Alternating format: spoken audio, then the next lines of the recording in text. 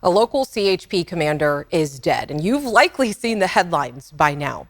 Yuba Sutter area CHP commander Julie Harding was found dead over the weekend in Tennessee. For the past 24 hours, our newsroom has been working around the clock to bring you the facts about what happened. And we've been on the phone with law enforcement across the country. Our investigative reporters have been searching for court documents. Our photojournalist was even down at the Sacramento courthouse today just to get you information. So what have we learned over the past 24 hours? Julie Harding, she was going through a divorce. She was recently arrested for criminal trespassing at her ex-husband's girlfriend's house. Her ex is also dead. Another man has been arrested for his death, and it all connects back right here to Northern California. And we really wouldn't know any of this if it was not for local journalists building trust in their communities. Tonight, you are going to hear from a reporter with Appeal Democrat, a publication in the Yuba Sutter area, who first broke this story. But first, here's Becca Habegger with what we know so far. Michael and Julie Harding got married in January of 2019. Court documents show they separated back in May of this year. 4 months later, on September 23rd, Michael Harding went missing. At this point, he was living in Salina, Tennessee. 3 days later, on September 26th, Michael Harding was found dead with gunshot wounds in a house in Cumberland County, Kentucky, about half an hour from Salina, Tennessee. 2 weeks later, on October 10th, Michael Harding's girlfriend, Natasha Davis, filed a police report saying Julie Harding had trespassed on her property in Murfreesboro, Tennessee, where Davis lives.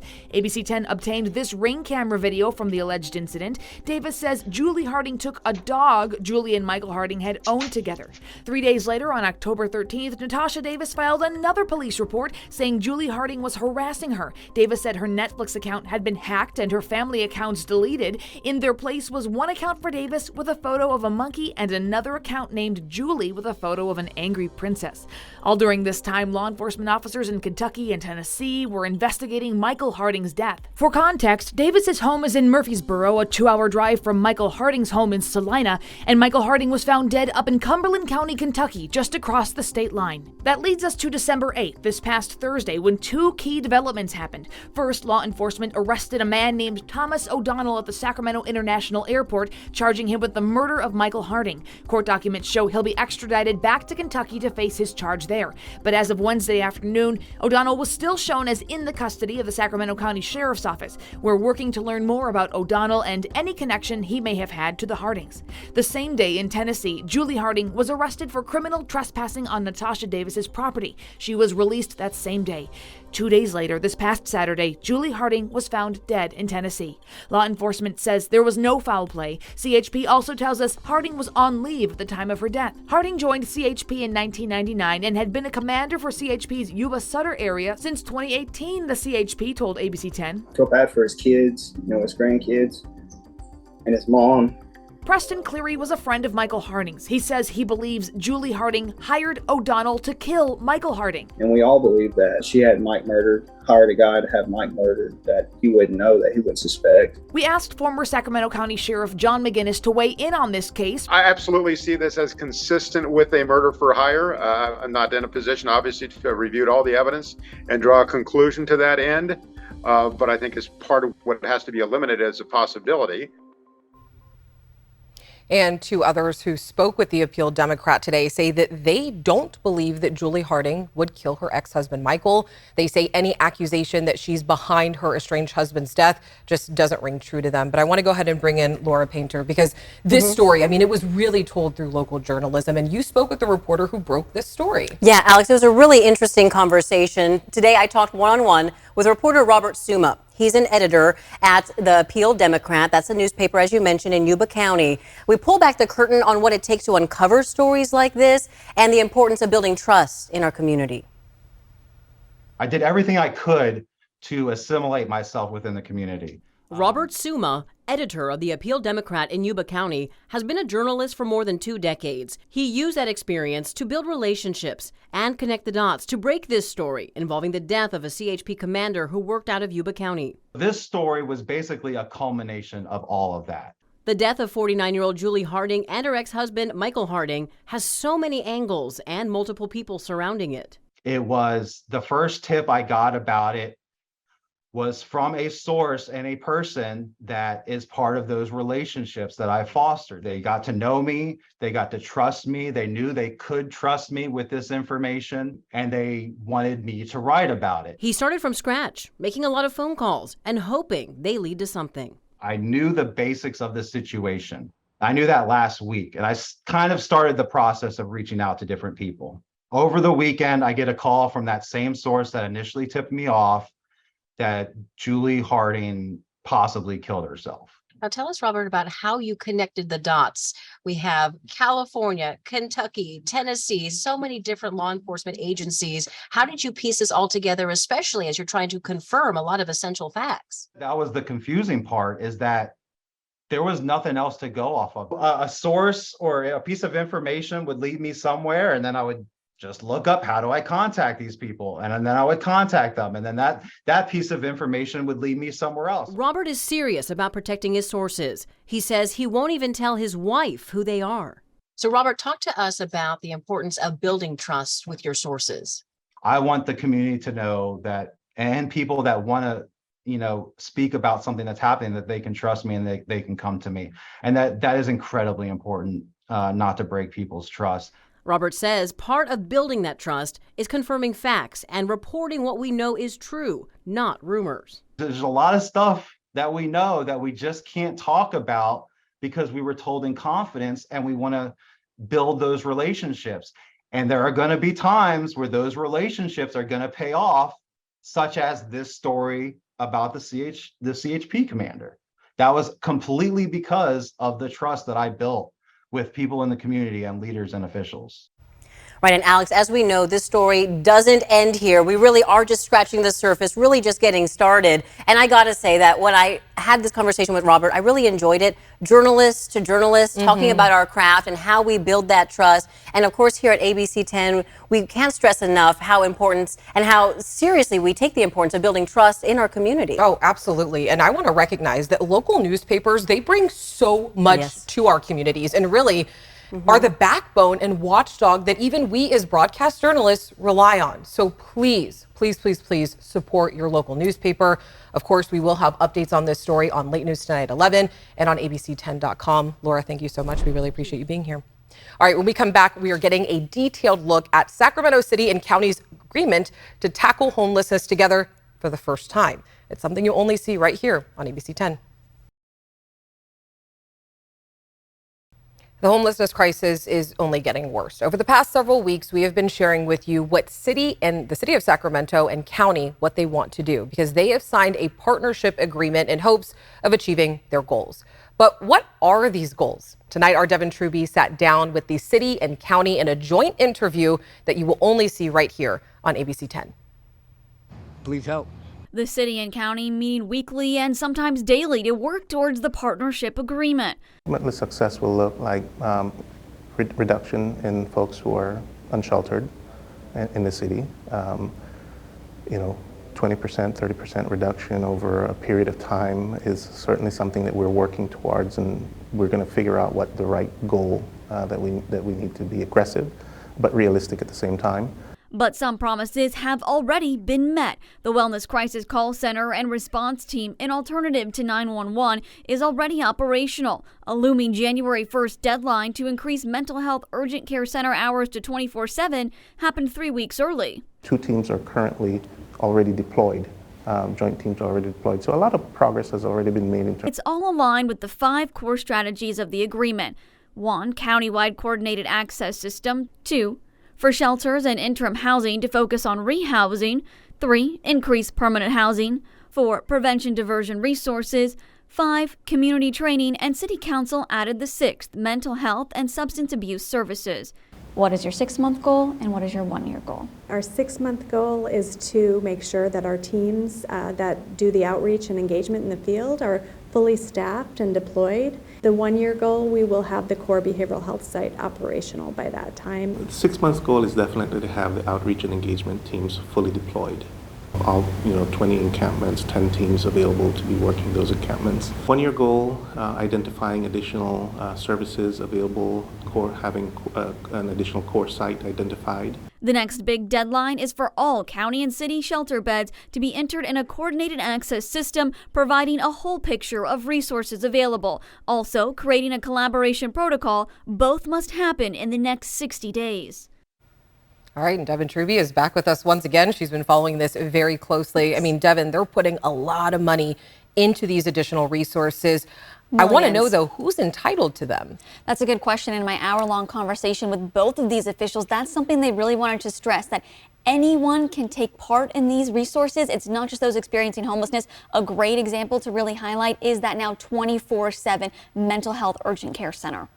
And there are a lot of numbers being thrown around. 60 days for this, 6 months for that. Yes. When can the community expect to see those changes really come? I think what you're really going to see as you walk out the door is that both sides are identifying the encampment zones that they want to target. For the city, that's 20 large zones, places like X Street that I know you and I drive by every single day. And for the county, they're also looking for those zones. So that is going to be places like the American River Parkway. All right, Devin, thank you so much. We have the agreement, we have a timeline and the promises that have been made, so we will continue to follow their progress and hold them accountable. Absolutely. Thanks, Devin. All right, the chance of a catastrophic flooding in California is now twice as likely due to climate change. But are we prepared? Our week-long mega flood series continues tonight, right after this break.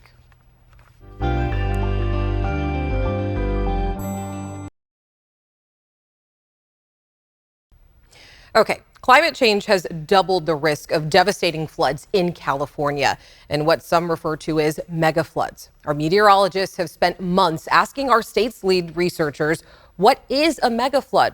What damage could it do? And are we ready? Tonight, Brandon Minchef shows us all the moving parts that it really takes to put a coordinated response if a worst case scenario comes true, and also what you need to know to get out. All of our tools were submerged underwater. It looks like a bomb went off there. Imagine the biggest storm you've ever been through. He had to chainsaw his way out his front door. Cold, hard rain has local creeks and rivers running high. All this came underneath the doors. What if the rain didn't stop? A levee breaks. Your neighborhood starts taking on water. In Sacramento region alone, there's over 514,000 people that are protected by these levees. Studies suggest that Sacramento is actually one of the top 10 in the nation most at risk for flooding due to rivers. The most intense atmospheric river storms are likely to become significantly more intense. And certainly the spillway incident was one of those instances where you did not have time. Are we prepared? This is mega flood. Atmospheric rivers, which are intensified by climate change, account for more than 90% of flood damages in California. These storms present the biggest threat to our low-lying areas that sit below levees, which keep water away from people. What is this place? So this is where flood response across the state is coordinated. Liz Bryson is the manager of flood operations at the California Department of Water Resources. Liz and DWR lead the state's flood response. When activated, people pack this relatively small and unassuming room right here in Sacramento. One big part of what we do during high water is facilitate discussions between reservoir operators, because those releases into the rivers could have major impacts downstream. So we want to make sure that all the appropriate agencies are in the conversation, and so they're not just making decisions in silos. Emergencies begin and end at the local level, and so when a local agency runs out of resources, they move up to the county. When the county runs out of resources, they come up to the state level. So the Flood Operations Center coordinates and supports that response. The Flood Ops Center was most recently activated in 2019 for 4 days. In 2017, the center was active for 151. That was the year of the Oroville Dam crisis. Nearly 200,000 people living downstream from the dam were told to leave their homes. It was a crisis Butte County Sheriff Corey Honey remembers well. There's been an ongoing effort to try to get people to understand that we don't issue these warnings lightly. They're based on the best information we have at the time. They're based on our experience with these kinds of events. and ask that they heed those warnings and move to an area where they're much safer. One of the things that we learned is that the most effective way to get somebody to evacuate is for a uniformed law enforcement officer to go to their house, knock on their door, tell them of the emergency, and tell them what they need to do. But sometimes you don't have the time for that. And certainly the spillway incident was one of those instances where you did not have time.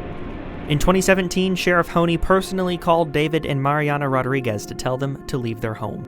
I said, all right, well, we're going to try to get out of here as fast as I can. And I know a bunch of back roads to run through the agriculture roads. So it was able to get me pretty fast to the nice landing area until we hit that area. So everybody was trying to go out to either Woodland, Calusa, different areas. So once I hit nice landing to Woodland, it took me about 2 hours to get into Woodland, which should be only about 20-minute drive. They opted to take the back roads instead of the major thoroughfares, something not recommended should flooding occur.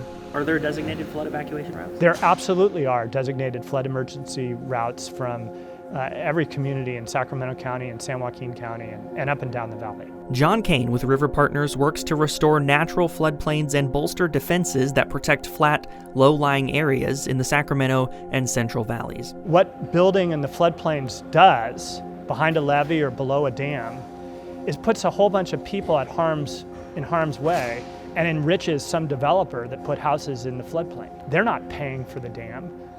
They're delivering a bill, almost certainly to future generations to have to pay for that foolish development. Following the Hurricane Katrina disaster in Louisiana, officials put a building moratorium on Sacramento's Natomas neighborhood until 2015 over concerns the levees were not strong enough to help hold back the American and Sacramento rivers.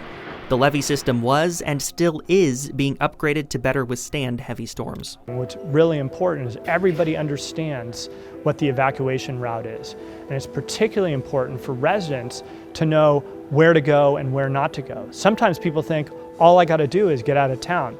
Well, you could be driving right into the flood. These renderings from Sacramento County show the evacuation route should a levee fail in South Natomas, as large portions of the area would be underwater in hours. If a levee broke in the area around Old Sacramento, most of downtown and the Pocket would be under 16 feet of water within a day. As we live and continue to build in flat, low-lying cities in the valley, it's important to know your way out should disaster hit. Your best defense against flooding is to be prepared. Okay, Brendan, I need to know where those maps are, and I'm sure a lot of people at home want to know where they are too. Yeah, you can find the maps on your county's website. So, for instance, Sacramento County, San Joaquin County, sometimes it's on the Office of Emergency Management. Sometimes you got to dig for it a little, but all the maps are out there. They're all publicly available, and honestly, they can be kind of shocking when you see how quickly some areas can flood. Yeah, especially like, we look at an area like Natomas where there is a lot of building going on, making sure that people know an escape route is very important. Yeah, and we talked about it in the story. There is Natomas, the building moratorium lifted in 2015. There's a lot of new development, potentially a lot of new residents in that area that may simply not understand just how quickly an area like Natomas could flood if we had a situation with a levee break in just the right area, similar situations down in the Pocket. These levees really protect a lot of people, and they're really important. And then this is not the end of our series yet. We still have Carly coming up tomorrow. That's right. And she's going to be talking about flood insurance. And it's really important, especially for an area like Natomas, but honestly all across the city of Sacramento. And if you live in a floodplain, you need that flood insurance. It's really important. All right, Brendan, thank you so much. We appreciate it. Absolutely. Thanks for having me. Again, our mega flood series continues on To The Point tomorrow at 6:30. For more about how a flood like this could affect our area, all you have to do is just visit us online at abc10.com/tothepoint. Let's take a look outside and get straight to our Gilmore backyard here. Cooler temperatures for tonight. Once again, Sacramento is seeing 43 degrees. I want to get to our 10-day forecast though here. Thursday, Friday, Saturday, you can see we are finally drying out, getting rid of that rain. It looks like a pretty nice weekend ahead. Sacramento County, and only the second in the state of California. Tonight at 11, our Chris Thomas sits down for a conversation with Sheriff Cooper, and I want to say he did not hold back. You can watch the interview on Late News Tonight at 11 right here on ABC 10. And of course, Chris and Laura will also have updates on the case of the CHP officer found dead in Tennessee. Thank you so much for joining us tonight. As always, we want to hear from you. Please reach out. You got any questions? We'll look into it. Have a great night.